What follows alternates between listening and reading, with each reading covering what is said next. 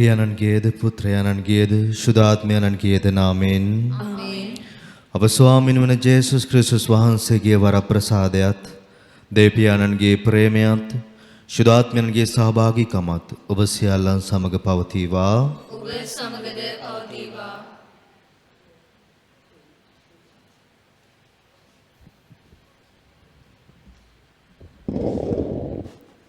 තේමාව සංක්‍රමණික ජීවිතය තුළ කිතුණු අපගේ දිවි පැවැත්ම හැඳින්වීම. මෙදින සුපවතින් ජේසුස් ක්‍රිස්තුස් වහන්සේ අපොස්තුලවරුන් අමතා බෞතිස්ම ස්ථාපනය ලබන්නා ගැලවීම ලබන්නේ යයි වදාළසේක. එලෙස නොහදන අයවරු වැරදිකරුවන් බව පැවසූසේක.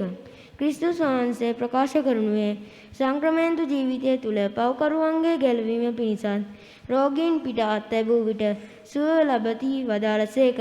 ක්‍රිස්තුන් වහන්සේ අපට ආරාධනා කරනුයේ උන්වහන්සේ සිය ජීවිත පව්කරුවන්ගේ ගැලවීම පිණිස පූජක කරමින් දේව මහිමය පිණිස කලාසේ අප ජීවිත අන්‍යයන්ගේ සුභසත පිණිස කැප කරමින් අපගේ සංක්‍රමණික ජීවිතය දෙවියන් වහන්සේගේ මහිමයට පත් කරගන්නට අවශ්‍ය වරම් වරප්‍රසාද අයදිමින් මේ උතුම් දිව පූජා යාගයට බැති සිතින් සහභාගී වෙමු.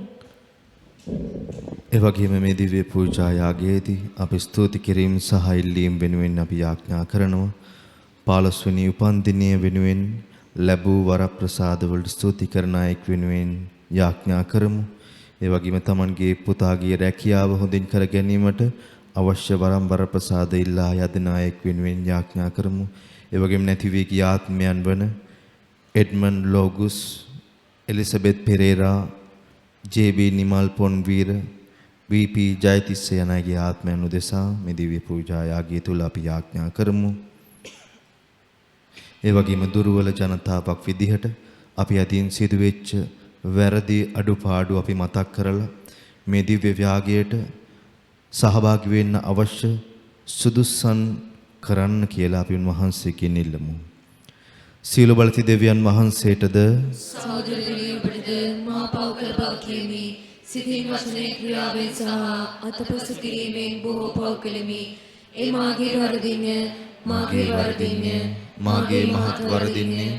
එයින් භාග්‍යවත් නිත්‍ය කන්න මරිතුමේද සිලසුරු දූතයන් හා ශුද්ධවන්තයන්ද මාගේ සහෝදරවරුනි ඔබද මා උදෙසා අපගේ ස්වාමීන් වන දෙවියන් වහන්සේට යාඥා කරන මෙන් අවනත වෙලා සිටිමි. සියලු බලති දෙවියන් වහන්සේ අපට කරුණා කර අපගේ පව් කමා කර සදා ජීවනයේට අප පමුණුවන සේක්වා. ආමේන්. ස්වාමිනී කරුණා කළ මැනව. ස්වාමිනී කරුණා කළ මැනව. ක්‍රිස්තුනී කරුණා කළ මැනව. ක්‍රිස්තුනී කරුණා කළ මැනව. ස්වාමිනී කරුණා කළ මැනව. ස්වාමිනී කරුණා කළ මැනව. අපි යාඥා කරමු. අපගේ දෙවි ස්වාමින් වන දෙවි පියාණනි, ඔබ වහන්සේගෙන් අපට ලැබී ඇති නිමක් නැති දීමනා නිසා අපි ඔබ වහන්සේට ප්‍රශංසා කරමු. අපගේ ජීවිතයද පැවැත්මද අපට දානය කළ ත්‍යාග්‍යවන්තයාණෙනි, අපගේ ජීවිත ගමනේදී අපට මඟ පෙන්වුව මැනව. ඔබ වහන්සේගේ ප්‍රේමයෙන් අපගේ ජීවිත පිරිපුන් කරගනු සඳහා අප නීති දිර ගැන්වූ මැනව. මේ කීදේ ඔබ හා ශුද්ධාත්මයන් සමග එකම දෙවියන්ව සදාහටම වැඩ සිටින්නාවුද, රජකම් කරන්නාවුද ඔබගේ පුත්‍රයන් හා අපගේ ස්වාමින්ද වන ජේසුස් ක්‍රිස්තුස් වහන්සේ දෙසාම අපට ලැබේවා. ආමේන්.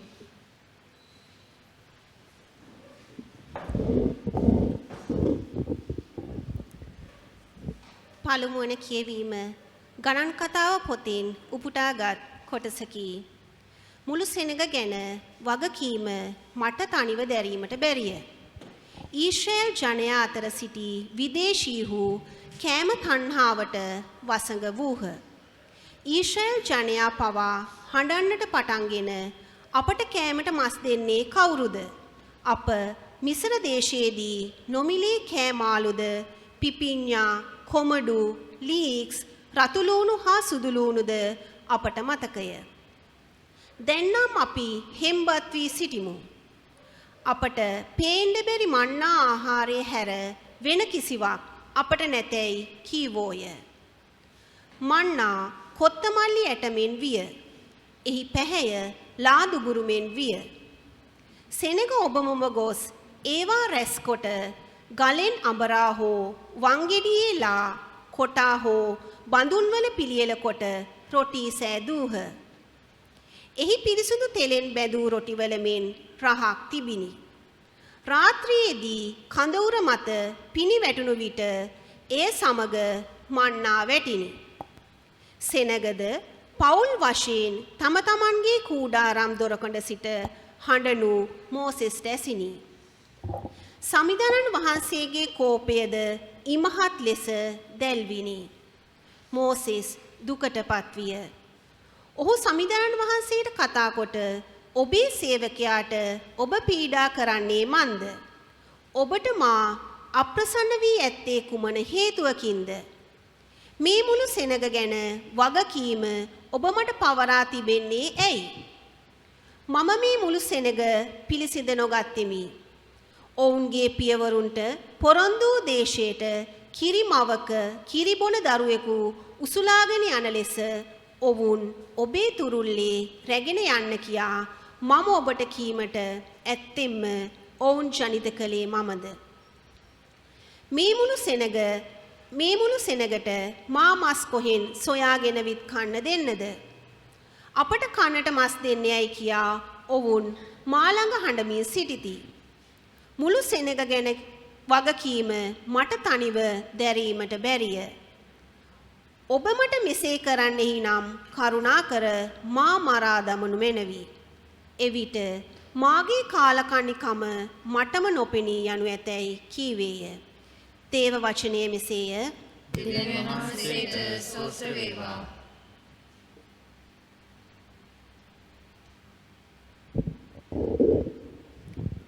පිළිතුර ගීය අපගේ පිළිතුර අප ශක්තිය වන දෙවිඳුන්ට ප්‍රීති හඬ නගමු. අප ශක්තිය වන දෙවියන්ට ප්‍රීති හඬ නගමු. එහෙත් මාගේ සෙනග මාගේ හඬට සවන් නොදුන්නෝය. ඊශ්‍රායෙල් වරු මට කීකරු නොවූහ. ඔවුන්ගේ ගල්සිත නිසා මම ඔවුන් ප්‍රතික්ෂේප කළෙමි. එවිට ඔහු ඔවුන්ගේම මතිමතාන්තර අනුව ගමන් කළෝය. අපගේ පිළිතුර අප ශක්තිය වන දෙවියන්ට ප්‍රීති හඬ නගමු.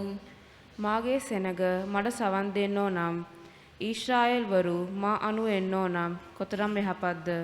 එවිට මම ඔවුන්ගේ සතුරන් වහා පරාජය කරන්නෙමි. ඔවුන්ගේ එදිරිකාරයන්ට විරුද්ධව මම පහර දෙන්නෙමි. අපගේ පිළිතුර අප ශක්තිය වන දෙවියන්ට ප්‍රීති හඬ නගමු. සමිඳුන් හට වෛර කරන්නෝ එතුමන් අභිමුව බියෙන් පැකිලෙන්නෝය. ඔවුන්ගේ විපත සදාටම තිරවන්නේය. එතුමානෝ ඉස්සරම් ධනයෙන් ඔබ පෝෂණය කරනසේක. වනමී පැණියෙන් මම ඔබ සෑහීමට පත් කරන්නෙමි. අපගේ පිළිතුර අප ශක්තිය වන දෙවියන්ට ප්‍රීති හඬ නගමු. සුපෝජනද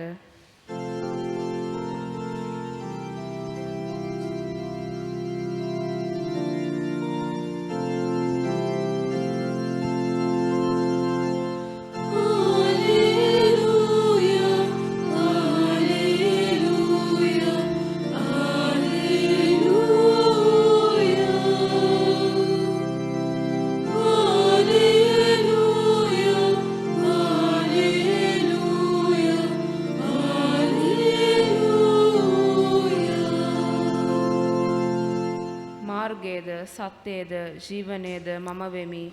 මා මගින් මිස කිසිවෙක් පියාණන් වහන්සේ වෙත නොපැමිණෙන්නේ යැයි සමිදානන් වදාළසේක.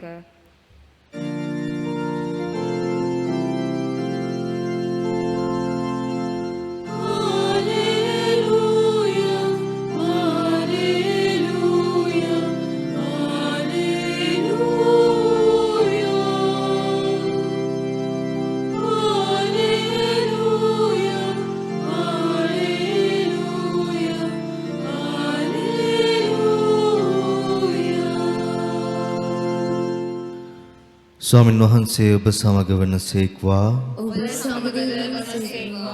මාක්තුමාගේ සුදෝ සුවිශේෂයෙන් ඔබටාගත් කොටසකි. ස්වාමීන් වහන්සේට මහිම වේවා. උන්වහන්සේ ඔවුන් අමතා ලොව පුරා ගොස් සකල සත්වයා හට සුභාෂ්ණ දේශනා කරන්න. අදහා බෞතිස්ම ස්නාපනය ලබන තැනැත්තේ ගැලවීම ලබන්නේය. ඒත් අදහා නොගත් තැනැත්තේ වරද කරු යයි තීන්දුව ලබන්නේය. අදහන්න නැසුරු කොටගත් හාස්කම්මේය. ඔහු මාගේ නාමයෙන් දුෂ්ටාත්ම දුරු කරති. අමුතු භාෂාවලින් කතා කරති. සර්පයන් අතින් අල්ලා ගනිති. යම් මාර්ග විසක් බීවත් ඉන් කිසි අනතුරකට පත් නොවෙති. රෝගීන් පිටත් ලැබූ විට ඔහු සුවය ලබති වදාළසේක. මෙසේ ජේසුස් ස්වාමින් වහන්සේ ඔවුන්ට කතා කළ පසු ස්වර්ගයට සොයා ගනු ලැබ දෙවියන් වහන්සේගේ දකුණු පස අසුන්ගත්සේක. ඔහු නික්ම ගොස් සෑම තැනම දේශනා කළේය. සමිඳාන් වහන්සේද ඔවුන් සමග ක්‍රියා කරමින් ඔවුන් අතර සිදු කළ හාස්කම් මගින් ඒ දේශනය සහතික කර වදාළසේක. සමිඳාන් වහන්සේගේ සුභාරංචිය මෙසේය. ක්‍රිස්තුස් වහන්සේට ප්‍රශංසා වේවා.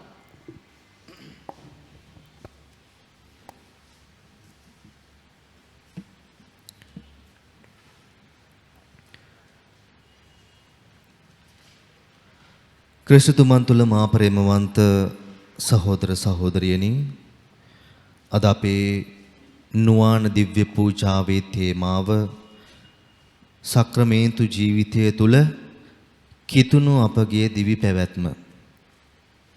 සක්‍රමේන්තු ගැන කතා කරද්දිම අපිට අයියෝ සක්‍රමේන්තුද මේක නද නම් හරියන්නේ නැහැ කියලා පොඩි එකක් එනව නේද? හිතරෙනවා අයියෝ සක්‍රමේන්තු දෙක නම් හරියන්නේ නැහැ. හැබැයි මේ සක්‍රමේන්තු නැතුව කිතුණු ජීවිතයක් ඇත්තේම නැහැ.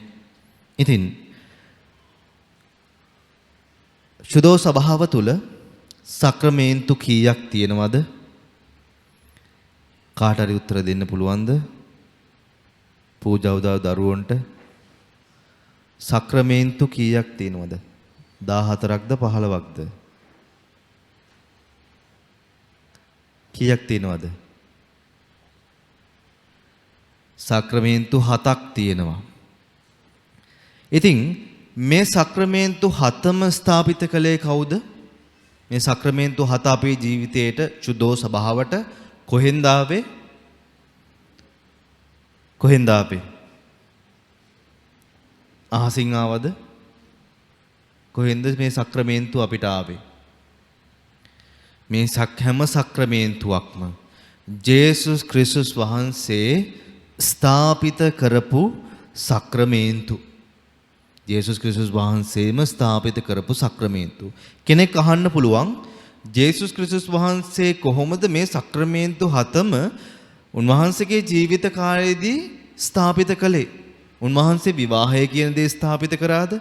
කොහෙද විවාහයක් එහෙම කරලා ස්ථාපිත කළේ? නැහැ. අපිට දකින්න හම්බෙන්නේ නැහනේ. කොහොමද එහෙනම් ජේසුස් ක්‍රිස්තුස් වහන්සේ මේ සක්‍රමේන්තු 7ම ස්ථාපිත කරේ?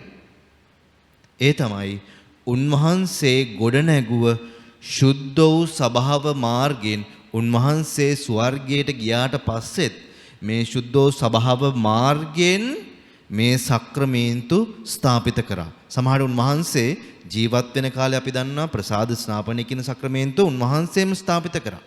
ඒ වගේම කෙලින්ම ස්ථාපිත කරපු සක්‍රමේන්තුයි සුද්ධ සභාව මාර්ගයෙන් වක්‍රාකාරව ස්ථාපිත කරපු සක්‍රමේන්තුයි එකතු කරලා සක්‍රමේන්තු 10ක් මේ සුද්ධ සභාව තුල තියෙනවා. ඉතින් මේ සුද්ධ සභාව මේ තරම්ම ධනවත් සල්ලි වලින් නෙමේ. ඒ වගේම මේ සුද්ධ සභාව මේ තරම්ම ලස්සන මේ සක්‍රමේන්තු හින්දයි. වෙන කිසිම දෙයක් නෙමෙයි. මේ සක්‍රමේන්තු හින්දම තමයි මේ සුද්ධ සභාව මේ තරම්ම ධනවත් මේ තරම්ම ලස්සන. මොකද සුද්ධ සභාවට අනිත් සභාවන් අපි දන්නවනේ කිතුණු අනිත් සභාවන් තියෙනවා. ඒ හැම සභාවක්ම ඊරිසියා කරන්නේත් මේ සක්‍රමේන්තු හින්දා. මොකද ඒ අයට මේ වගේ සක්‍රමේන්තු නැහැ. ඒ අය තමන්ගේ ආගම ඒ සභාව මේ මෑත කාලෙකදී ගොඩනගා ගද්දී මේ සක්‍රමේන්තු ඒ අයගේ මේ සභාව ඇතුළට ආගම ඇතුළට දාගත්තේ නැහැ. එයාලා විශ්වාස කරේ නැහැ මේ සක්‍රමේන්තු ගැන. ඒ හින්දා දැන් සමහර විට ඒ අය පසුතැවෙනවා මේ සක්‍රමේන්තු තිබ්බනම් අපිට ජනතාව ගෙන්න ගන්න පුළුවන් කියලා. සුද්ධෝ සභාවේ නම් සක්‍රමේන්තු තියෙන ජනතාව ගෙන්න ගන්න නෙමෙයි. ජනතාව සුද්ධවන්ත කරන්න. ඉතින් අපි ඉන්න සුද්ධෝ සභාව තුල මේ සක්‍රමේන්තු මම කියනවා පෞද්ගලිකව අපි ගැන හිතනවා. පෞද්ගලිකව පොදුවේ නෙමෙයි. පෞද්ගලිකව මේ සක්‍රමේන්තු අපි ගැන හිතනවා. මම පුංචි උදාහරණයක්. මේ පුංචි දේවල්, හරි ලස්සන දේවල්. මේ සක්‍රමේන්තු පෞද්ගලිකව අපි ගැන හිතනවා කියන එක පෙන්වන්න. අපේ ජීවිතයේදී මේ සුද්ධෝ සභාව තුළ ජීවත් වෙන කාලේ අපේ ජීවිතයේ ආරම්භයේ ඉඳලා අපේ අවසානය වෙනකන් සීනුව නාද කරනවා අවස්ථා තුනකදී. අපි වෙනුවෙන් පෞද්ගලිකව පොදුවේ නෙමෙයි. අපි වෙනුවෙන් පෞද්ගලිකව සීනුව නාද කරනවා මේ දේවස්ථානයේ. පළවෙනි අවස්ථාව මොකක් වෙන්න පුළුවන්ද? පෞද්ගලිකව කාට හරි උත්තර දෙන්න පුළුවන්ද? බය වෙන්න එපා. වැරදුනත් පියතුමා මුකුත් කියන්නේ නැහැ. ඒ තමයි ප්‍රසාද ස්නාපනය. දරුවෙක්ව මේ පල්ලියේදී බෞතිස්ම කරන දවසේ එයා වෙනුවෙන්ම සීනුවක් නාද වෙනවා. ඒ වගේම දෙවෙනි එක තමයි අපි මේ ජීවිතේ ජීවත් වෙලා තනියෙන් ඒ වගේම විවාහයට ඇතුළු වෙදී දෙවියන් වහන්සේ ඉදිරියේ ඒ දෙන්න වෙනුවෙන් පෞද්ගලිකව මේ දේවස්ථානයේ සීනුව නාද වෙනවා. එහෙම නේද? ඔබ බඳිද්දී, ඔබ විවාහ වෙද්දී ඔබ වෙනුවෙන් පෞද්ගලිකව සීනු නාද වුණා. ඒ වගේම අවසාන එක මොකද්ද? අපේ මරණයේදී මේ දේවස්ථානයේ අනිවාර්යෙන් අපේ මේ ශාරීරිය අරගෙන ඉද්දී දේවස්ථානයේ අපි වෙනුවෙන් පෞද්ගලිකව මේ අපේ වටේ ඉන්න කට්ටිය වෙනුවෙන් නෙමෙයි අපි වෙනුවෙන් පෞද්ගලිකව සීනුව නාද කරනවා. ඉතින් මේ සුද්ධෝ සභාව පෞද්ගලිකව ඔබ මා ගැන හිතනවා. තව කාට හරි කියන්න පුළුවන් අනේ පාද මේ සීනු ගහන එකද? අයියෝ සීනුවක් ගහනවා කියන්නේ මම මහ ලොකු දෙයක් ඈ කියලා. නැහැ. ලොකු අර්ථයක් මේ පුංචි දේ පවා ලොකු අර්ථයක් ගැබ් වෙලා තිනවා. ඒක තමයි ප්‍රසාද ස්නාපනයේදී සීනුව නාද කරලා පල්ලියේ විතරක් නෙමේ සීනුව නාද වෙන්නේ. ස්වර්ගයේත් සීනු නාද වෙනවා. මොකද සුද්ධ වූ සභාවට තව කෙනෙක් ඇතුළු වුණා කියලා ස්වර්ගයට දැනුම් දෙන්නට. ඒ වගේම විවාහයේදී අපි දෙදෙනෙක් එක්කෙනෙක් වෙලා ඒ දෙන්න එක්කෙනෙක් විදිහට ස්වර්ග රාජ්‍යයට යන්න යනවා කියන එක දැනුම් දෙන්න. විවාහයක් වුණා කියන එක. පේදුරුතුමාට උන්වහන්සේ ස්වර්ගයේ යතුරු බාර දුන්නානේ. නේ? යතුරු බාර දෙද්දී ඔබ පොළොවේ යමක් බඳිනවද ඒ ස්වර්ගෙහිද බඳිනු ලබන්නේ. නේ? මේ පොළොවේ විතරක් නෙමෙයි. අපේ මේ පළවෙනි විවාහයේදී අපි මහ පොළොවේ විතරක් නෙමෙයි ස්වර්ගයේත් අපිව විවාහ කරනවා. ඒකයි කියන්නේ විවාහය කියන ආශිර්වාදකාර බන්ධනය කියන මේ ප්‍රසාද නිදහනය. සමහරට අපි කාලයක් යද්දී අපට හිතෙනවා මෙයත් එක්ක ඉන්න බෑ. මම යන්න ඕනේ, ඩිවෝස් වෙන්න ඕනේ කියලා මොන දේ වුණත් මොන ප්‍රශ්නේ වුණත් ඒ විවාහය අපේ පළවෙනියට වෙන විවාහය තමයි දෙවියන් වහන්සේගේ කැමැත්ත. දෙවියන් වහන්සේ විවාහ කරන්න දෙදෙනෙකු එකතු කරන්න තෝරගත්ත දෙන්න තමයි මේ දෙන්න. ප්‍රශ්නේ පස්සේ ප්‍රශ්න ඕන තරම් එන්න පුළුවන්. ගෙදර සැමියයි බිරිඳයි ඕන තරම් මරා ගන්න පුළුවන්. මොන දේ වුණත් දෙවියන් වහන්සේ එකතු කරපු පළවෙනි ජෝඩුව ඒ ජෝඩුව තමයි. ඒ වගේම අවසානයේදී අපේ මරණයේදී සීනුව නාද වෙනවා. ඒ වගේම ස්වර්ගයේ සීනුව නාද වෙනවා. මොකද තවත් සුද්ධවන්තයෙක්, සුද්ධවන්ත ආත්මයක් ස්වර්ගයට එන්නට යනවා කියන එක. ඉතින් මේ අපේ සුද්ධෝ සභාව තුළ අපිට තියෙන මේ පුංචි දේවල් වල ලස්සන අපි දකින්නේ නැහැ.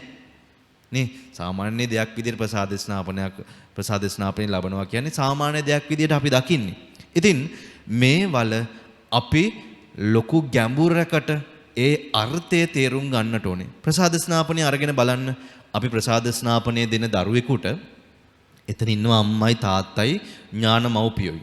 සමහර වෙලාවට පියතුමා කියන කිසිම දෙයක් ඒ අය අහගෙන ඉන්නේ නැහැ.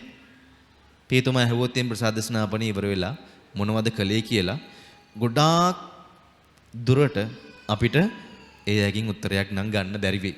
මොකද ඒ තරම්ම සමහර වෙලාවට අපි මේ ප්‍රසාද නිදාන කියන එක අපේ ජීවිතයෙන් ඈඩ් කරලා අයින් කරලා තියෙන්නේ. හැබැයි චුදෝ ස්වභාවයේ තියෙන විශේෂම දෙයක්. ඒ වගේම මේ ප්‍රසාද ස්නාපනයේදී අපි ළඟ ඉන්නවා මම දැක්ක හරි ලස්සන දෙයක් තමයි. හැබැයි මම මේ දේ මේ ජීවිත කාලයේදී මේ වෙනකන් දැකලා නැහැ. හැබැයි කරන්න පුළුවන් නම් හරි ලස්සන දෙයක්. අපි කියනවානේ ප්‍රසාද ස්නාපනයේදී බෞතිස්මේදී ඥානමව්පියෝ දෙන්න බාර ගන්නවා මේ දරුවත් එක්ක මුළු ජීවිත කාලෙදිම ඉන්න. ආධ්‍යාත්මිකව මේ දරුවාව පෝෂණය කරන්න නේ. මෙතනත් ඉන්නවා මෙතන ගොඩාක් කට්ටිය ඥානමව්පියෝ අනිවාර්යෙන් නේ. එහෙම වුණ කට්ටිය ඉන්නවා. ඉතින් මේ කට්ටිය බාර ගන්නවනේ දරුවත් එක්ක මම ජීවිත කාලෙම ඉන්නවා. ඒ වගේම දරුවට මම මේ ආධ්‍යාත්මය කියන දේ ජේසුව කියන දේ දෙනවා. හැබැයි කාලයක් යද්දී අවුරුද්දක් යද්දී දරුවා ලොකු වෙද්දී සමහර විට දරුවවත් දන්නේ අම්මයි තාත්තවයි දන්නේ කවුද මේ දරුවගේ ඥානමව්පියෝ කියන එක. හැබැයි හරි ලස්සන දෙයක් තමයි කරන්නට පුළුවන් නම් ඒ පොරොන්දුව ඉෂ්ට කරන්නට පුළුවන් නම් අවසානයේ වෙනකන් දරුවා ප්‍රසාද ස්නාපනය ලබන දවසේ වුන් ඉන්නවා. ඒ වගේම දරුවා ජේසුස් ක්‍රිස්තුස් වහන්සේගේ දිව්‍ය සප්‍රසාද වහන්සේ ලබන දවසේ දරුවත් එක්ක ඉන්න පුළුවන් නම් ඒ වගේම දරුවගේ උපන්දිනයක් එද්දී දරුවට පුංචි මහා ලොකු දේවල් නෙමෙයි දරුවට පුංචි තෑග්ගක් දෙන්න දීලා කියන්න පුතේ මම තවම ඔයත් එක්ක ඉන්නවා ජේසුට දුන්නු පොරොන්දුව මට අමතක වෙලා නැහැ කියලා කියන්න පුළුවන් නම් මහා ලොකු දෙයක් ඒක දරුවගේ ජීවිතේ. ඒ වගේම ඔහු විවාහ වෙන දවසේ ඒ දරුවා විවාහ වෙන දවසේ මේ ඥානමව්පියෝ ඉන්නවා නම් ඒ ඥානමව්පියන්ට පුළුවන් නම් ඒ විවාහයේ සාක්ෂිකාරයෝ වෙන්න කොච්චර ලස්සන දෙයක්ද කියලා බලන්න. හැබැයි අපි විවාහයට සාක්ෂිකාරයෝ ගේන්නේ කොහේ හරි ඇමති කෙනෙක් නැත්නම් ලොකු මහාචාර්යවරයෙක් නැත්නම් කවුරු ලොකු කෙනෙක්ව මේ පොඩි අස්සනක් දාගන්න. හැබැයි අතන අපි කොච්චර වටින දෙයක් අතහැරලා තියෙනවද කියලා දන්නවද? එහෙනම් අපේ දරුවන්ටත් කියලා දෙන්න ඕනේ. ඒ වගේම ඥානමව්පියෝ දෙමව්පියෝ විදිහට අපි දැනගන්න ඕනේ. අපි ලොකු ගමනක් යන්නේ මේ සුද්ධෝ ස්වභාවය ඇතුලේ. ලොකු ගමනක් යන්නේ සුද්ධෝ ස්වභාවය ඇතුලේ. සුද්ධවන්ත කරගෙන යන්නේ මේ ජීවිතේ. එහෙනම් අපිට මේ දේවල් වලින් මිදෙන්නට බෑ. ඒ වගේම අපි ප්‍රසාද ස්නාපනයේදී දරුවෙක්ව පළවෙනි පාර ප්‍රසාද ස්නාපනය කරලා බොහෝ දුරට අපේ මනසේ තියෙන්නේ හොඳ කතෝලික ඉස්කෝලයක් හොයාගන්නට ඕනේ නේ. හොඳ කතෝලික ඉස්කෝලයක් හොයාගන්න පුළුවන් බෞතිස්ම කරාම නැහැ. අපේ එහෙම මානසිකත්වයක් තියෙනවා නම් අන්න එතනයි ඔබට මට වැරදිලා තියෙන්නේ. ඉතින් අපි දන්නවා මේ ප්‍රසාද ස්නාපනය බෞතිස්මය තමයි පළවෙනියටම පටන් ගත්තේ. ජේසුස්ටත් කලින් ස්නාක ජෝහන්තුමා පටන් ගත්තේ. ඊට පස්සේ මේ ගෝලයෝ සුද්ධවන්තයෝ මේ මුළු ලෝකෙම කතෝලික කරන්න පටන් ගත්ත මේ බෞතිස්ම ස්නාපනය තුලින්. හැබැයි ලෝකයේ කතෝලික කරනවා කියන්නේ මොකද්ද? අපේ ජීවිතයේ කතෝලික කරනවා කියන්නේ මොකද්ද? කතෝලික ප්‍රසාද ස්නාපනය කරලා මම කතෝලිකයෙක් කියන ලේබල් එක ගහගන්නවද? ඒකද අපිට අවශ්‍ය වෙන්නේ. මම කතෝලිකයෙක් කියන ලේබල් එක ගහගන්න. නේ? නැත්තම් මේ මම කතෝලිකයෙක් කියන QR කෝඩ් එක ගහගන්නවා. ඕන වෙලාවක පල්ලියට ඇවිල්ලා ෆාදර් කියනවා මේ පවුල් පොත පෙන්නලා ස්කෑන් කරනවා. හරි මම කතෝලිකයෙක් මට මේ ලියුම ඕනේ. සමහර වෙලාවට අපි බොහෝ දුරට ඒ විදිහට තමයි ජීවත් වෙන්නේ.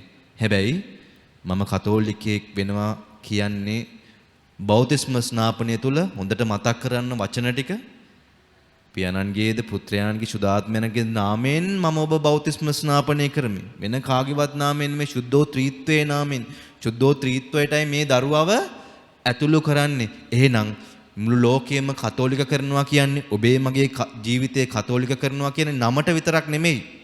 අපිට ක්‍රිස්තියානි කියලා නමක් විතරක් නෙමෙයි, හමක් විතරක් නෙමෙයි. ක්‍රිස්තියානි කමක් තියෙන්නට ඕනේ. ඇතුළාන්තයේත් ක්‍රිස්තියානි වෙන්න ඕනේ, කතෝලික වෙන්න ඕනේ, සුද්ධවන්ත වෙන්නට ඕනේ. ඉතින් කතෝලික කරනවා කියන්නේ ජේසුව මගේ ජීවිතයේ ජීවත් කරනවා. ජේසුව මගේ ජීවිතේ රජ කරනවා කියන එකයි. ඒ වගේම අපිට මේ ප්‍රසාද නිදාන හතම ගැනම කියන්න ගියොත් එහෙම හෙට එළි වෙනවා. එතකොට රැට කන්න හම්බ වෙන්නේ නැහැ. ඒ හින්දා මම හිතුවා තවත් වැදගත් ප්‍රසාද නිදානයක් ගැන කතා කරන්නේ තමයි පාපුච්චාරණය. පාපුච්චාරණය අපි හැමෝම ගොඩාක් දුරට ජීවිතේ අයින් කරලා තියෙන දෙයක් තමයි පාපුච්චාරණය කියන දේ. හැබැයි මහා ලොකු අභිරහසක්. අපි ජේසුත් එක්ක එකතු වෙලා කරන මහා ලොකු අභිරහසක්. අපි මේ පාපුච්චාරණයේදී ගිහිල්ලා පියතුමා ඉස්සරහා දනගාලා පියතුමාට පව් කියලා පියතුමාගෙන් සමාව ඉල්ලගෙන එන්නේ නැහැ. එහෙම හිතන් ඉන්නවා නම් අපි වැරදි. අපි පියතුමා ඉස්සරහා දනගහන්නේ පියතුමා ජේසුස් ක්‍රිස්තුස් වහන්සේගේ නියෝජිතයෙක් හින්දායි. ඉතින් අපි ගිහිල්ලා පව් කියන්නේ කාටද?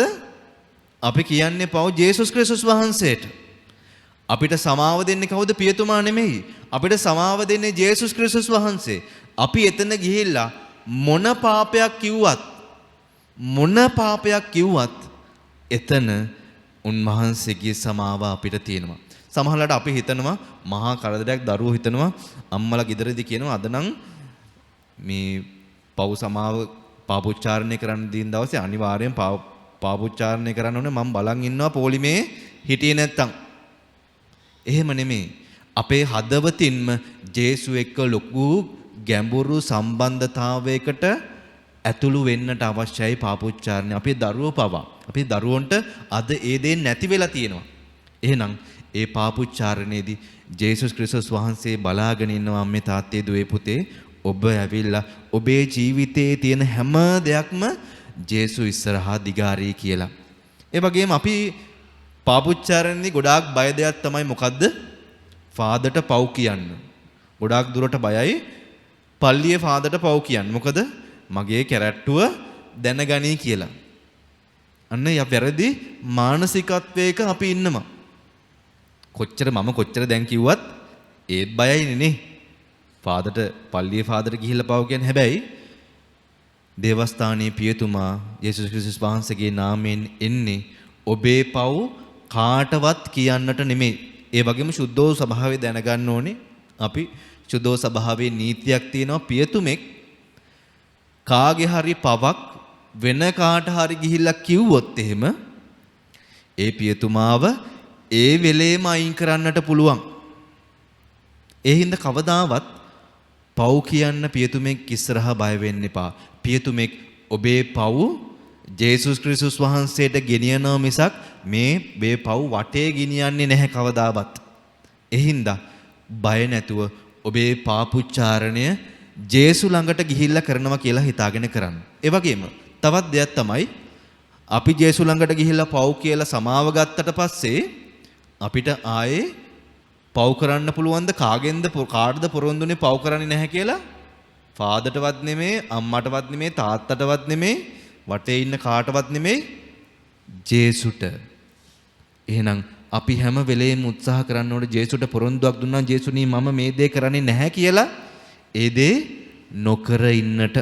ඉතින් අන්න ඒක තමයි මේ පාපුච්චාරණයේ තියෙන ලස්සන. ඔයාලා හිතනවා නම් මෙතන සමහර අය ඇති අනේ ෆාදර් මගේ පව් වලට සමාව දෙන්න ජේසුටත් බෑ. මම කරලා තියෙන පව් වලට සමාව දෙන්න ජේසුටත් බෑ කියන කට්ටිය ඉන්නවනේ. ඔළුව වනන්න එපා. එතකොට කට්ටිය දකින්නවා. හරිද? එහෙම ඉන්න ඕනම කෙනෙක් ජේසු කියනවා ජේසුට පුළුවන් ඕනම පාපයකට සමාව දෙන්න. හොඳට මතක් කරන්න පෞකාර ස්ත්‍රිය. මේ නායක පූජකවරු පරිසිවරු පෞකාර ස්ත්‍රියව අල්ලගෙන ආවේ මොන වගේ වෙලාවකද? කාම මිත්‍යාචාරයේ යෙදෙමින් ඉද්දි. යෙදිලා පස්සේ ඉන්වෙස්ටිගේෂන් කරලා නෙමෙයි. පස්සේ හොයාගෙන නෙමෙයි. යෙදෙමින් ඉද්දි තමයි ජේසු ළඟට මේ පෞකාර ස්ත්‍රියව අරගෙන ආවේ. ජේසු වචනයක්වත් කිව්වද? වචනයකින් හරි බැන්නද? නැහැ. ජේසු දුන්නේ එකම දේ තමයි ඔබට මම සමාව දෙනවා ආයේ පව් කරන්නට එපා. ඒ වගේම මේ පාපුච්චාරණයේ තියෙන හරි ලස්සන දෙයක් තමයි ජේසුස් ක්‍රිස්තුස් වහන්සේ අපි පව් කියන්න එනකන් සමාව දෙන්න උන්වහන්සේ බලාගෙන ඉන්නවා. අපිට පෙන්නනවා එකෙන් අකීකරු පුත්‍රයාගේ උපමාවෙන් මේ පුත්‍රයා කොච්චර වැරදි කරත් දෙවියන් වහන්සේ බලාගෙන ඉන්න අන්තිමට ඒ පාපෙන් හැරලා එනකන්. ඒ තාත්තා අකීකරු පුත්‍රයාට ගැහුවද? බැන්නද? සේවකෙක් විදිහට තියාගත්තද? නැහැ. පව් කරලා ආපු ඒ පුතාව ඊටත් වඩා ආදරයෙන් පිළිගත්තා. හරි ලස්සන දෙයක් තමයි යේසුස් ක්‍රිස්තුස් වහන්සේ බැටළු පෝතකයන්න් කියන පින්තූරයක් දැකලා තියෙනවා. නේ? යේසු බැටළුවෙක්ව කරේ තියාගෙන එනවා. නේ? බැටළුවෙක්ව කරේ තියාගෙන එනවා. ඒ කාලේ මේ බැටළු එඬේරු මේ තමන්ගේ බැටළුව බලාගෙන ඉස්සරහට යද්දී මේ සමහරට බැටළුව 100ක් ඉන්න එඬේරගේ එක බැටළුවෙක් නැති වෙනවා. එක බැටළුවෙක් නැති වෙනවා. නැති වුණාම මේ 99 දෙනාමම මේ එඬේර තව එඬේරෙක් ගාව හරි තියලා ගිහිල්ලා අන්න නැති වුණු බැටළුවව හොයාගෙන යනවා. මේ ජේසුස් ක්‍රිස්තුස් වහන්සේත් පියතුමන්ලත් අන්න ඒ විදිය තමයි. මේ වැරදිකාරයව හොයාගෙන ගිහිල්ලා උන්වහන්සේගේ සමාව දෙන්නේ. ඉතින් මේ බැටළුවව හම්බුනහම ඌට හොඳටම තලලා ගේන්නේ නැහැ. මොකද කරන්නේ? බැටළුවව කරේ තියාගෙන එනවා. සමහරට කටුගාලක පැටලෙලා හිටිය බැටළුවව, තුවාල වෙලා හිටිය බැටළුවව තමන්ගේ කරේ තියාගෙන උරහිසේ තියාගෙන එනවා. මොකද අන්න එතකොට මේ තුවාල වෙච්ච බැටළුවගේ මේ ඔළුව අපි දැකලා තියෙනවා බැටළුවව කරේ තියාගෙන ඉද්දි මේ ඔළුව මේ හදවත ළඟට වැටලා තියෙනවා. එතකොට මේ බැටළුවට දැනෙන්න ගන්නවා මේ එඬේර කොච්චර අමාරුවෙන් කොච්චර ආදරයකින් කොච්චර මහන්සි වෙලා මාව හොයාගෙන මෙච්චර දුර ආවද. ඒ වගේම හදවතේ ඒ ගැස්ම මේ බැටළුවට දැනෙන්නට ගන්නවා. අන්න බැටළුවා එතකොට හිතනවා අනේ මම නම් මේ එඬේරව දාලා කවදාවත් යන්නේ නැහැ. අපිත් ජේසුස් ක්‍රිස්තුස් පාපුච්චාරණේ යෙදෙන අපිත් උන්වහන්සේව දාලා මේ විදිහට යන්න හොඳ නැහැ කියන එක හිතට ගන්නට ඕනේ. ඉතින් මා ප්‍රේමවන්ත සහෝදර සහෝදරියනි, අවසාන ප්‍රසාද නිදාහණය ඒ තමයි දිව්‍ය සත්ප්‍රසාද වහන්සේ. මම දේව අම්මා ගැන දේශනා කරද්දී පෙරේදා මම කිව්වා ජේසුස් ක්‍රිස්තුස් වහන්සේ ස්වර්ගයට යද්දී අපිට විශේෂ දේවල් දෙකක් දුන්නා. සුවිශේෂී දේවල් දෙකක් දුන්නා. දෙවෙනි එක තමයි දේවමෑණියෝ. පළවෙනි එක මොකද්ද? දිව්‍ය සත්ප්‍රසාද වහන්සේ. මේ දිව්‍ය සත්ප්‍රසාද වහන්සේ කියන ප්‍රසාද නිදාණයට මේ ඔක්කොම ප්‍රසාද නිදහන යටයි. මේ ඔක්කොම ප්‍රසාද නිදහන යටයි. මොකද ඒ දිව්‍ය සත්ප්‍රසාද වහන්සේ කියන දෙයින් අපිට දෙන්නේ වෙන කිසි දෙයක් නෙමෙයි, ජීවමාන ජේසුස් ක්‍රිස්තුස් වහන්සේවමයි. ඉතින් පුංචි කාලේ පළවෙනි දවසේ පළවෙනියට ජේසුව ලබද්දී අපි හරි ආසාවෙන් ලබනවා. හැබැයි කාලයක් යද්දී ජේසුව ලබන්න මේ ගරාදිවට ළඟට එද්දී නිකම්ම දිව දික් කරගෙන එනවා. කිසිම ගරුත්වයක් නැහැ සමහර වෙලාවට අපිට.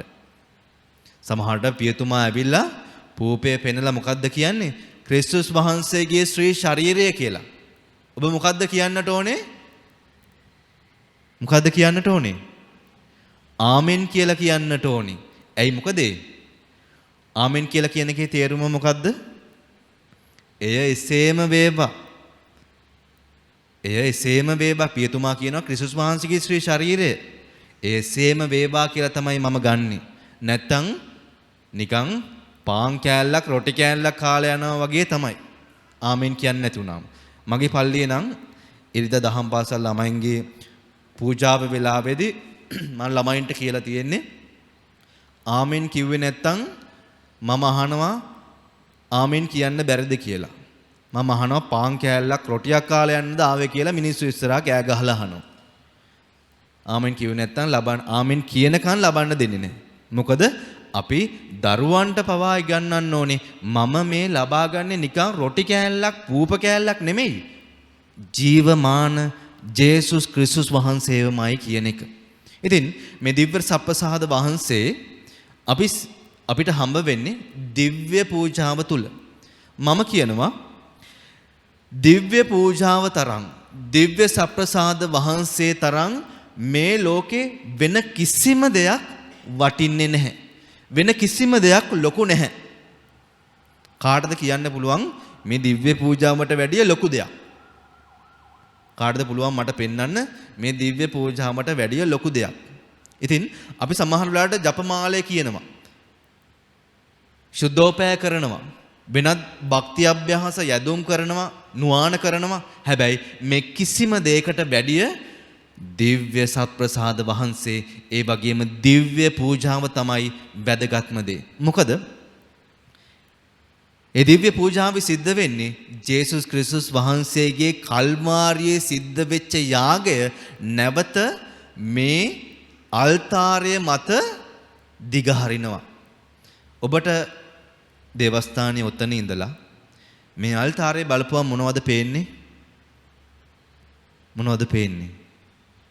නිකන් අල්තාරයක් තියෙනවා, පහන් තියෙනවා, පූපයක් තියෙනවා, මිදිවිෂ තියෙනවා. හැබැයි හරි ලස්සන දෙයක් තියෙනවා. මේ අල්තාරයේ මත ඔතන ඉඳලා අපිට පෙනෙන දෙයක් සහ නොපෙනෙන දෙයක් තියෙනවා. අනිත් කිසිම දෙයක අපි ගෙදර කුස්සිය උයද්දි අපිට පෙනෙන දෙයක් සහ නොපෙනෙන දෙයක් නැහැ. අපිට පෙනෙන දේ තමයි. අපිට දැනෙන දේ අපේ කටට දැනෙන රස. හැබැයි දිව්‍ය පූජාව තුළ ඔබට පෙනෙන දෙයක් සහ නොපෙනෙන දෙයක් සිද්ධ වෙනවා. ඉතින් මම ඒකයි කිව්වේ දිව්‍ය පූජාව ඒ තරම්ම වැදගත්. ඒ වගේම හොඳට අහගන්න දිව්‍ය පූජාව ඒ තරම්ම වැදගත් කියලා මම කියන්නේ නැහැ කියලා. අපි ඊයේ කතා කරා නේද ප්‍රාණ පරිත්‍යාගීවරු ගැන, සමහර සුද්ධවන්තයෝ ගැන, ප්‍රාණ පරිත්‍යාගීවරු ගැන, ප්‍රාණ පරිත්‍යාගීවරයෙක් ගැන කතා කළා නේද? කවුද? මතකද? ලෝරන්ස් තුමා. ඉතින් උන්වහන්සේ ජේසුස් ක්‍රිස්තුස් වහන්සේ වෙනුවෙන් ජීවිතය පූජා කරා. ඒක මහා උතුම් දෙයක්. හැබැයි මම කියනවා ප්‍රාණ පරිත්‍යාගී භාවයට වැඩිය ලොකු දෙයක් තමයි අපි මේ දිනපතා පවත්වන දිව්‍ය පූජාව. කවුරු හරි කියන්න පුළුවන් අනේ පාද මේ හැමදාම කරන දිව්‍ය පූජාවට වැඩිය කොච්චර ලොකු දෙයක්ද ප්‍රාණ පරිත්‍යාගී භාවය? නැහැ. මොකද ප්‍රාණ පරිත්‍යාගී භාවයේ සිද්ධ වෙන්නේ මිනිස්සෙක් ජේසුස් ක්‍රිස්තුස් වහන්සේ වෙනුවෙන් ජීවිතේ පූජා කරන එක. හොඳට අහගන්න. මිනිස්සෙක් ජේසුස් ක්‍රිස්තුස් වහන්සේ වෙනුවෙන් ජීවිතේ පූජා කරන එක. හැබැයි දිව්‍ය පූජාව සිද්ධ වෙන්නේ මොකද්ද? දෙවියන් වහන්සේගේ පුත්‍රයාණන් මිනිස්යෝ වෙනුවෙන් ජීවිතේ පූජා කරන එක. ජේසුස් ක්‍රිස්තුස් වහන්සේ අපි වෙනුවෙන් ජීවිතේ පූජා කරන එක.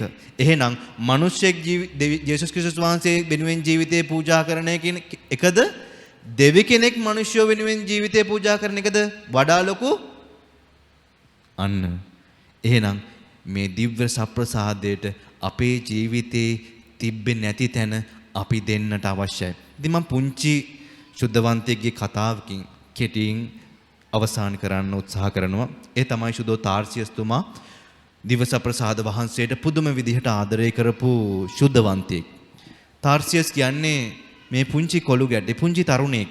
ඉතින් ක්‍රිස්තුවර්ෂ 250 ගණන් වල මේ තරුණයා ජීවත් වෙද්දී බැලේරියන් කියන අධිරාජ්‍යයේ පාලන කාලයේදී මේ බැලේරියන් අධිරාජ්‍යය කිතුණුවන්ව මරන්න උත්සාහ කරා. ඒ අවස්ථාවේ කිතුණුව මේ හැංගිලා හිටියේ සමහර තැන්වල. කිතුණුව හැංගිලා පිංගෙවල් අස්සේ ඒ තැන්වල තමයි දිව්‍ය පූජාව කරේ. අපි රෝමයට ගියොත් අපි දකිනවා කැටකුම්බ කියලා. සොහොන් ගෙවල් අස්සේ මේ මහ ලොකු සොහොන් ගෙවල් අස්සේ තමයි සමහර වෙලාවට මේ පොළොව යට තිබුණු ඒ දේවල් තමයි හැංගිලා හිටියේ. ඉතින් මිනිස්සු බලන්න දවසක් පාප වහන්සේ මේ සොහොන් ගෙවල් ළඟට එනවා. ඉතින් පාප වහන්සේට ආරංචි වෙනවා ටික දවසකින් අල්ලගෙන ඉන්න කිතුණුවන්ම මරන්නට සූදානම් කරලා තියෙනවා කියලා කොලෝසියම් එකේ. ඉතින් උන්වහන්සේ ඒ අවස්ථාවේ ගොඩක් දුක් වෙනවා. අපිට මොනවද කරන්න පුළුවන් කියලා බලනවා. එතනදී රෝම හමුදාවේ ඉන්න සොල්දාදුවෙක් ඒ වගේම පාප වහන්සේට ගැතිව ජීවත් වෙන කෙනෙක් මේ අවස්ථාවේ මෙතන ඉන්නවා. මේ කිතුණුවන්ට උදව් කරන කෙනෙක්. ඉතින් ඔහු ඇවිල්ලා කියනවා දවස් 3කින් හරි 4කින් හරි ඔවුන්ව මරන්න ලෑස්ති කරලා තියෙනවා. හැබැයි ඔවුන් දිව්‍ය සප්‍රසාද වහන්සේ ඉල්ලනවා. කොහොමද අපි දිව්‍ය සප්‍රසාද වහන්සේ ඔවුන්ට අරගෙන යන්නේ? ඒ අවස්ථාවේ කවුරුත් ඉදිරිපත් වෙන්නේ නැහැ. හැබැයි තාර්සියස් කියන මේ පුංචි කොළු ගැටයා විතරයි ඉදිරිපත් වෙන්නේ. ඔහු කියනවා මම ගෙනියන්නම් ජීවමාන ජේසුව. මම ගෙනියන්නම්. ඉතින් පාපවංශය කියනවා ඔයාට බෑ ගෙනියන්න. හැබැයි තාර්සියස් කියනවා නැහැ. මම ගෙනියන්නම්. මොකද මම පුංචි දරුවෙක් හින්දා මාව කවුරුත් සැක කරන්නේ නැහැ. ඉතින් තාර්සියස්ට රෙදි කඩක උතලා ජීවමාන ජේසුව දෙනවා. තාර්සියස් තමන්ගේ ඇඳුම අස්සේ හංගගෙන හදවත ළඟට තුරුළු කරගෙන තාර්සියස් යනවා මේ කිතුණුවන්ම අල්ලන් ඉන්න තැනට. ඉතින් මෙතනදී තාර්සියස් යන මගදී තාර්සියස්ට හම්බ වෙනවා තව ළමයි කොට්ටාශයක්. ඒ ළමයි සෙල්ලම් කර ඉද්දි ළමයින්ට සෙල්ලම් කරන්න තව කට්ටිය අඩුයි. තාර්සියස්ට කතා කරනවා ඇවිල්ලා අපිත් එක්ක සෙල්ලම් කරන්න කියලා. තාර්සියස්ට බල කරනවා. හැබැයි තාර්සියස් යන්නේ ඊටත් වැඩිය වැදගත් දෙයකට හින්දා තාර්සියස් කියනවා මට එන්න බෑ කියලා. තාර්සියස් තවමත් ජේසුව හදවතට තුරුළු කරගෙන යන්නේ පරිස්සම් කරගෙන යන්නේ. ඉතින් ළමයි දකිනවා මොනවා හරි දෙයක් තාර්සියස් හංගගෙන යනවා තමන්ගේ හදවත ළඟ මේ ඇඳුම ආස්සේ හංගගෙන යනවා කියන එක. ඉතින් මේ ළමයි ඒ දේ ගන්න බලනවා. තාර්සියස් හැබැයි තාර්සියස් පුංචි දරුවෙක් වුණත් ජේසුව කොච්චර වුණත් කවදාවත් අතහැරියේ නැහැ. මේ ළමයි බිම දාගෙන තාර්සියස්ට අඩත් තේට්ටම් කරනවා ගහනවා ගල් වලින් ගහනවා. හැබැයි තාර්සියස් නෙමෙයි ජේසුව අතහැරියේ. අන්නේ අවස්ථාවේ අර සොල්දාදුවෙක් ඒ පැත්තට එන හින්දා ඒ ළමයි ටික එතනින් යනවා. ඒ තමයි අර පාපහන්සට ගැතව හිටපු සොල්දාදුවා. සොල්දාදුවා කියනවා ඔබේ අතේ තියෙන දේ මට දෙන්න කියලා. තාර්සියස් කියනවා නැහැ මට දෙන්න බෑ. මාව පාපවංශයේ ගාවට ගෙනියන්න මම පාපවංශයට විතරයි ජේසුව දෙන්න කියලා. ඉතින් මේ සොල්දාදුවා තාර්සියස් උස්සගෙන යනවා අර හිරකරුවන්ට කිතුණුවන්ට ජේසුව දෙන්න බැරි වෙනවයිද? හැබැයි පාපවංශයේ ළඟට ගියාම පාපවංශය කියනවා මේ ජේසු ඔබව ආරක්ෂා කරා කියලා. ඉතින් මේ තාර්සියස් ජේසුව තමන්ගේ හදවතට තුරුළු කරගෙන ස්වර්ගයට යනවා. අන්තිම ගමන් යනවා. ඉතින් මේ වගේ දිව්‍ය සප්‍රසාදයට ආදරය කරපු ඕන තරම් චරිත තියෙනවා. මෙතනත් අපි අතරත් දිව්‍ය සප්‍රසාදයට ආදරය කරන ඕන තරම් චරිත ඇති. ඉතින් උන්වහන්සේට නිසි ගෞරවය දෙන්න, ඒ වගේම ප්‍රසාද ස්නාපන, ප්‍රසාද නිදාන තුල අපේ ජීවිතය ඉදිරියටම අරගෙන ගිහිල්ලා ශුද්ධවන්තකම කරා අරගෙන යන්න අවශ්‍ය බරම්බර ප්‍රසාද ඉල්ලා අපි දැන් වහන්සේට යාඥා කරමු.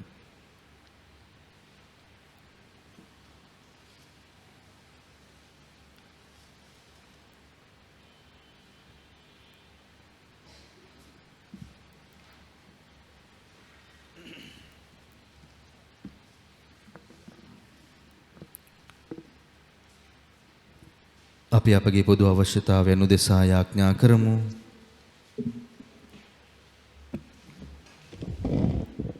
විශ්වාසකීන්ගේ යෙදුම් ආදර දෙවි පියාණනි ජේසුස් ක්‍රිස්තුන් වහන්සේ සහ සුභාස්න උදෙසා සමිඳු මිදු උයනේ සේවයට කැප වූ සුදතුම් පියතුමා ඇතුළු රදගුරුතුමන්ලා සහ පූජක පැවිදි සැම ආශිර්වාද කරමින් සමිඳු මිදි උයනේ පළදරන්නට එතුමන්ලාට අවශ්‍ය ශුද්ධාත්ම වරම් වරප්‍රසාද සහ ශුද්ධාත්ම මඟ පෙන්වීම ලැබෙන පිණිස ස්වාමිනේ අප කරන ආඥා සවදාල මැනව. ආදර දෙවි පියාණනි විවිධ බලවේග හමුවේ වේදනාත්මක අත්දැකීම් වලට මුහුණ දෙන සිරිලක් ජනතාවට ඔබ වහන්සේගේ සුවසහනයේ සාමය හා ප්‍රීතිය උදා කිරීමට රටේ ජනනායකින් මෙහෙවන පිණිස ස්වාමිනේ අප කරන ආඥා සවදාල මැනව.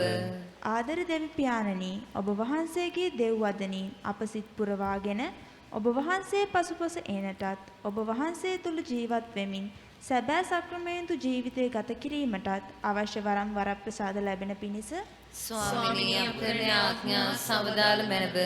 ආදර දෙවි පියාණනි එදිනෙදා ජීවිතයේදී අප මුහුණ දෙන පරීක්ෂා හා අභියෝග හමුවේ දුර්වල නොවි සදාතනික ජීවිතය ලබා ගැනීමට අවශ්‍ය වරම් වරප්‍රසාද ලැබෙන පිණිස ස්වාමිනේ අප කරන ආඥා සවදාල මැනව. දැන් අපි මදක් නිශ්ශබ්දව අපගේ පෞද්ගලික අවශ්‍යතාවයන් උන්වහන්සේ වෙත යොමු කරමු.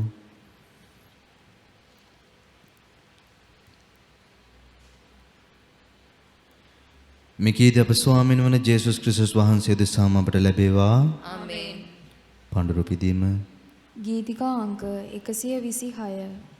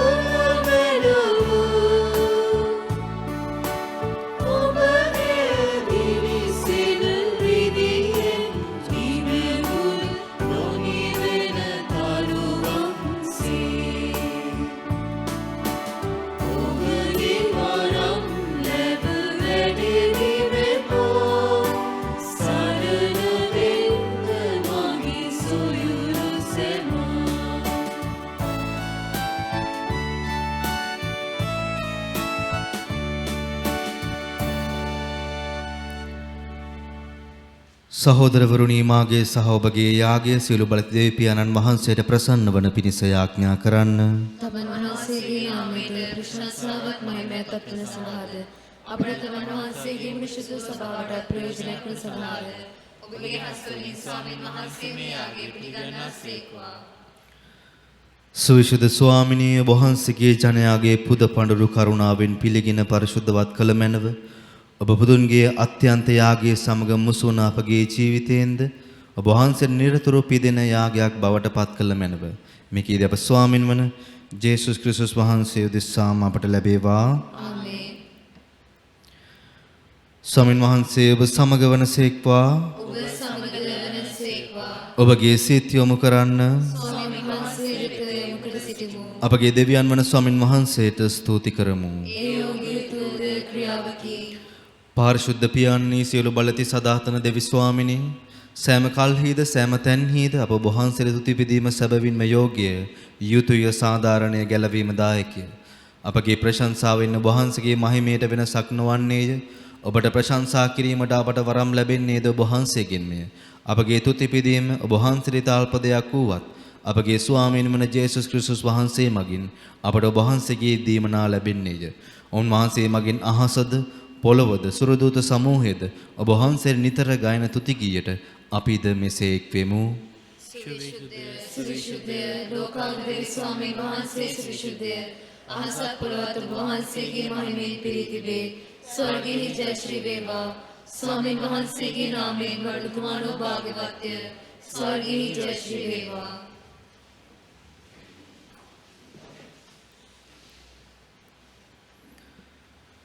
එසේ ස්වාමිනිය වහන්සේ සැබවින්ම සුවිශුද්ධය සියලු ශුද්ධතාවයේ උල්පත ඔබ වහන්සේමය.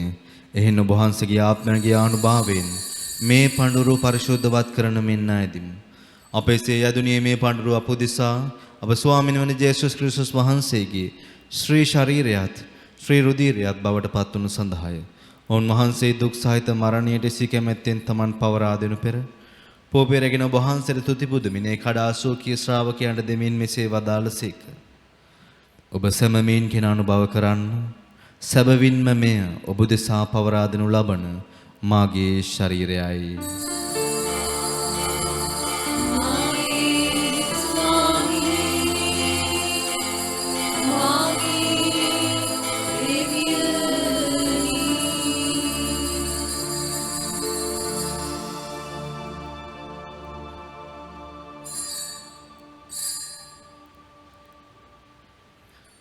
රාත්‍රී භෝජනය වැළඳූ පසුන් වහන්සේ සීම කුසලානන්ද රැගෙන නැව තුති පුදා සෝකී ශ්‍රාවකයන්ට දෙමින් මෙසේ වදාළසේක. ඔබ සැමමෙන් කින පානය කරන්න. සැබවින්ම මේ අභිනව වූද අනන්ත වූද ගිවිසුමේ මාගේ රුධිර කුසලානයි. පව්කමාව සඳහා උදෙසාද සියලු මනුෂ්‍යයන් උදෙසාදී වගුරුණු ලබන්නේය. මා සිහි කිරීම පිණිස මෙය සිදු කරන්න.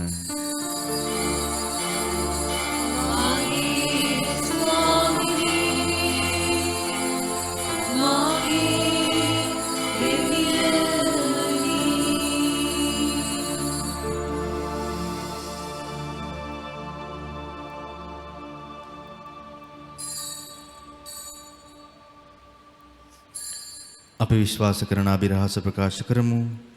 ස්වාමිනී වහන්සේ පුතුසේක. ස්වාමිනී වහන්සේ තානුසේක. ස්වාමිනී වහන්සේ නැවත වඩිනසේක. එහෙන් පියන් වහන්සේගේ මරණයද උත්තාන්ද සිහිපත් කරමින් ජීවනදායක පූපයද කැලීමදායක කුසලානද අපි ඔබ වහන්සේට පුද කරමු. ඔබ හමුවේ සිටමින් ඔබට සේවය කරන්න සුදුසුන් වශයෙන් සැලකීම ගැන අපි ඔබ වහන්සේට තුති පුදමු. ක්‍රිස්තුස් වහන්සේගේ ශ්‍රී ශරීරයටත් ශ්‍රී රුධිරයටත් සහභාගී වන්නා වූ අප සැම ශුද්ධාත්මෙන් විසින් එක්සත් කරනු ලබන සාවනත වායද සිටිමු. ස්වාමිනී මුල් ලෝහේ පැතර පවත්නා ඔබ වහන්සේගේ ශුද්ධෝ සභාව සිහි කළ මැනව ෆ්‍රැන්සිස් නැමැති අප පොදු පියාණන්ද මැල්කම් රංචිත් නැමැති අපගේ අගරාධ ගුරුතුමන්ද එතුමන්ගේ සහායක රාධ ගුරුතුමන්ලාද ගිහි පැවිදි පූජක සියලු දෙනාද සමගිම සභාව දෑගුණයෙන් පිරිපුන් වන්නට සලසනු මැනව. උත්තානයේ බලාපොරොත්තු ඇති වී ගිය අපගේ සහෝදර සහෝදරියන්ද ඔබ වහන්සේගේ දයානුකම්පාව කෙරෙහි විශ්වාසය ඇතිව නැසුණු අනිකුත් සියල්ලන්ද සිහි කර ඔබ වහන්සේගේ ශ්‍රීවත මඩලයේ ආලෝකයේ වෙතට පිළිගත මැනව. ඔබ සියල්ලන්ට දයානුකම්පා කළ මැනව. භාග්‍යවත් දේව මාතාවණන් කන්‍ය මරියාවන්ද සුදෝජුසේ මුනිදුන්ද භාග්‍යවත් අපෝස්තලවරුන්ද සෑම කල්හිම ඔබ වහන්සේගේ කැමැත්ත ඉටු කරමින් දිව්‍ය ගේ වූ සියලු සුදවන්තයන්ද සමග සදා ජීවනයේ සහභාගී වීමට අවසුදුස්සන් කළ මැනව. තවද ඔවුන්හා සමග ඔබ වහන්සේට ප්‍රශංසා කිරීමටද ඔබ වහන්සේගේ මහිමය වර්ණනා කිරීමටද ඔබ වහන්සේගේ පුත්‍ර වූ ජේසුස් ක්‍රිස්තුස් වහන්සේ මගින් අපට වරම් දුන මැනව.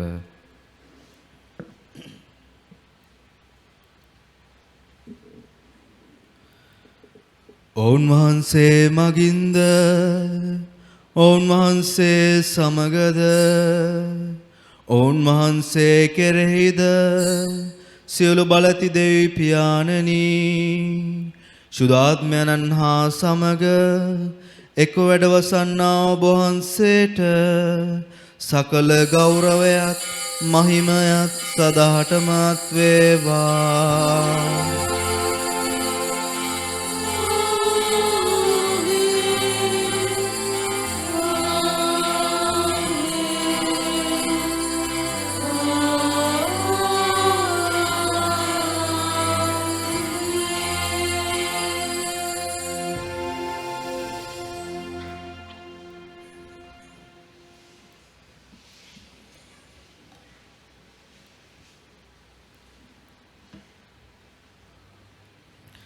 ගැලෙම දායකාන පන්තියෙන් ප්‍රගුණ වී දේවපදේශයෙන් පුහුණු වී අපි ඉදිතරව මෙසේ යාඥා කරමු.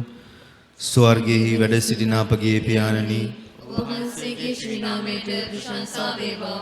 ඔබ වහන්සේගේ රාජ්‍යය පැමිණේවා. ඔබ වහන්සේගේ කැමැත්ත ස්වර්ගයේ හිමින් මෙලොවෙහි දිටු වේවා. අපගේ එදිනෙදා භෝජනය අද අපට දානය කළ මැනව. අපට වරද කරන අයගේ වැරදි අප කමා කරන්නාක් මෙන් අපගේ වැරදි ද කමා කළ මැනව. පාප අවස්ථාවන්ට අසු වීමට අපට ඉඩ නොදී අයහපතෙන් අප මුදාගත මැනව. ස්වාමිනී සියලු යහපතින් අප මුදා ගන්නා මෙන්ද අපගේ මෙම ජීවිත කාලෙහි අපට සාමය දෙන මෙන්ද අපි අයදිමු. ඊට වහන්සේගේ කරුණාබර පිහිට ලැබ නිරතුරුවම පවින් මිදී සියලු කාදරයෙන් සුරක්ෂිත වී අපගේ ගැලුම් කරුවාණන් වන ජේසුස් ක්‍රිස්තුස් වහන්සේ නැවත පැමිණීමේ භාග්‍යවත් අපේක්ෂාවෙන් අපි වෙසෙන්නෙමු. රාජ්‍යද බලයද මහිමයද සදාට ඔබ වහන්සේගේය.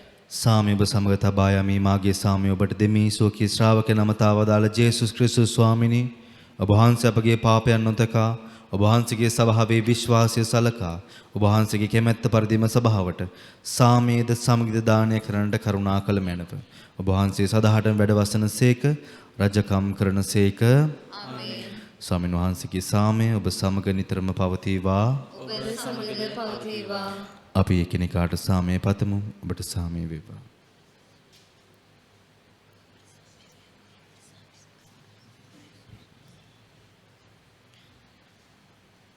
ලොවේ පව් හරින දේවාජපාලකයන්නි අපට කරුණා කළ මැනව.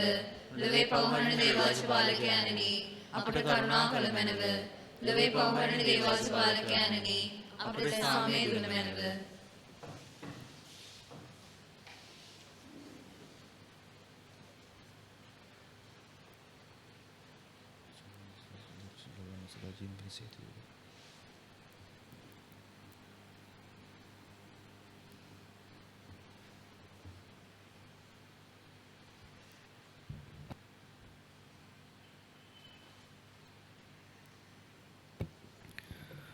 මෙන්න දේවාච බාලකයානෝ මෙන ලොවේ පව්හරණ තැනන් වහන්සේ අජ බාලකයන්ගේ භෝජනයට කැඳවීම ලද්දෝ භාග්‍යවන්තයෝය.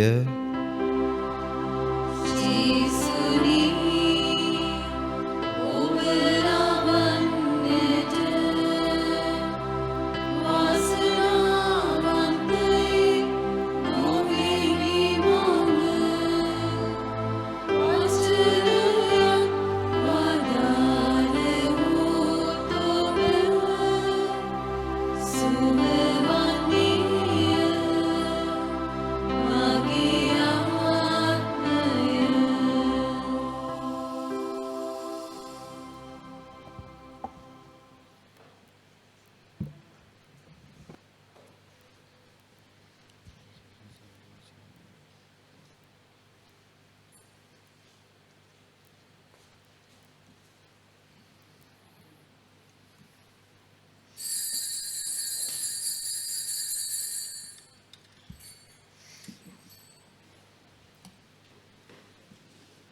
තුතිගී පොතේ ගීතිකා අංක 36.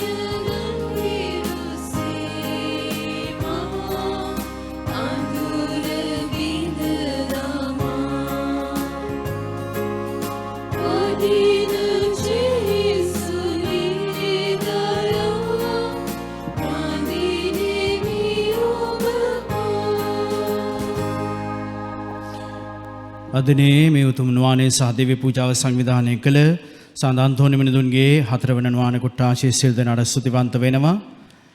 මංගල්‍ය වෙනුවෙන් සදහවත් එම කොට්ටාශයේ සිල් දෙනාගේ දායකත්වය 49600යි.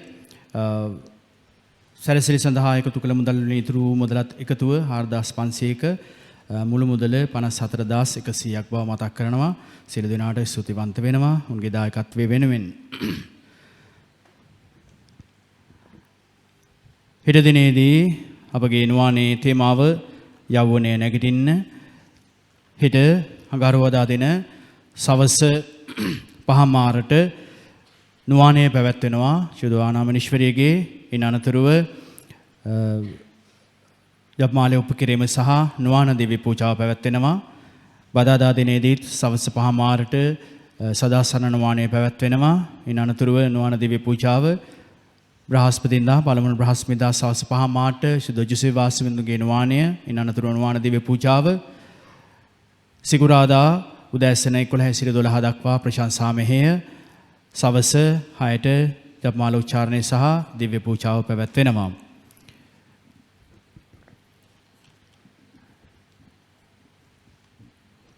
අගෝස්තු මාසයේ 6 වන සෙනසුරාදා සන්ධ්‍යා මෙහෙය සවස් 7ට පැවැත්වෙනවා. සන්ධ්‍යා මෙහෙය සඳහා අපාදරට පැමිණෙන්නේ ධර්මදූත කලාම්පීය නාහිමි ගරු අයිවන් පෙරේරා පියතුමා. ඒ වගේම මංගල දින දිව්‍ය පූජාව උදෑසන 7ට, උදෑසන 8ට මංගල දිව්‍ය පූජා 8:00ට මංගල දිව්‍ය පූජාව. දිව්‍ය පූජාව සඳහා පාත්‍රයට පැමිණෙන්නේ අප ගම්පහ දිසාවේ දිසා අධ්‍යක්ෂක ගරු පැට්‍රික් පෙරේරා පියතුමා.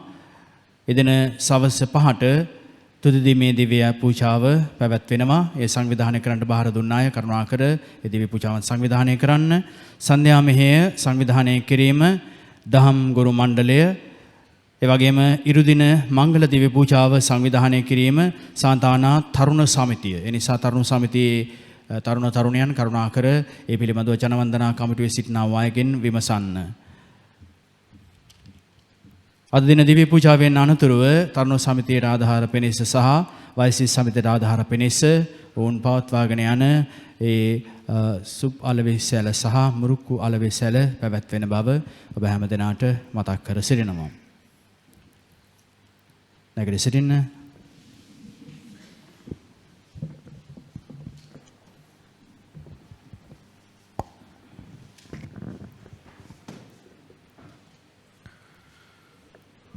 අපි ආඥා කරමු. දෙවි ස්වාමිනී ස්වර්ගයේ දීමනාවෙන් ඔබ වහන්සේ අප ප්‍රබෝධවත් කළසේක. ඔබ වහන්සේගේ දයාවෙන් අප රැක ගන්නාසේක. එසේම ඔබ වහන්සේගේ පිහිට ආධාරය මත සුරැකෙන අප ඔබ වහන්සේගේ සදාතන ගැලවීම ලබා ගැනීමට සුදුස්සන් කළ මැනව. මේ කීර අප ස්වාමින් වන ජේසුස් ක්‍රිස්තුස් වහන්සේ උදෙසාම අපට ලැබේවා. ආමේන්.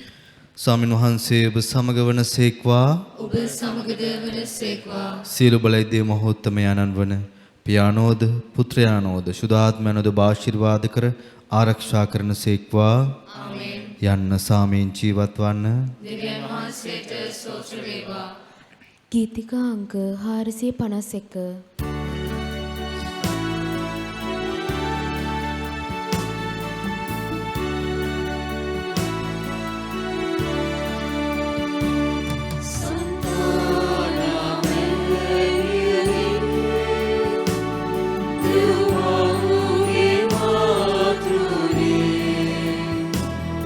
Deus